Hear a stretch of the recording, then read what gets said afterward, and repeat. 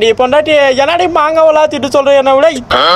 யோ காசு கொடுத்து வாங்கி சாப்பிட்டா டேஸ்ட் ஆகாதியா திருடி சாப்பிட்டாதான் டேஸ்ட் ஆகும் அது பார்த்தா பெரிய பம்பாயிரும்டி நாளைக்கு நான் டவுனுக்கு அது போனா வாங்கி வந்து தரேன்டி சொன்னா கேள்வி பயந்தாங்கோலி தோட்டக்காரன் இவ்வளவு நேரத்துக்கெல்லாம் வரமாட்டான் நான் பாத்துக்கிறேன் நீ தைரியமா போய் புடுங்க போ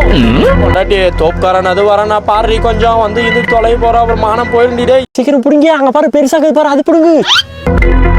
அடே யாராவது தோட்டத்துல மாங்க புடுங்குது டேய்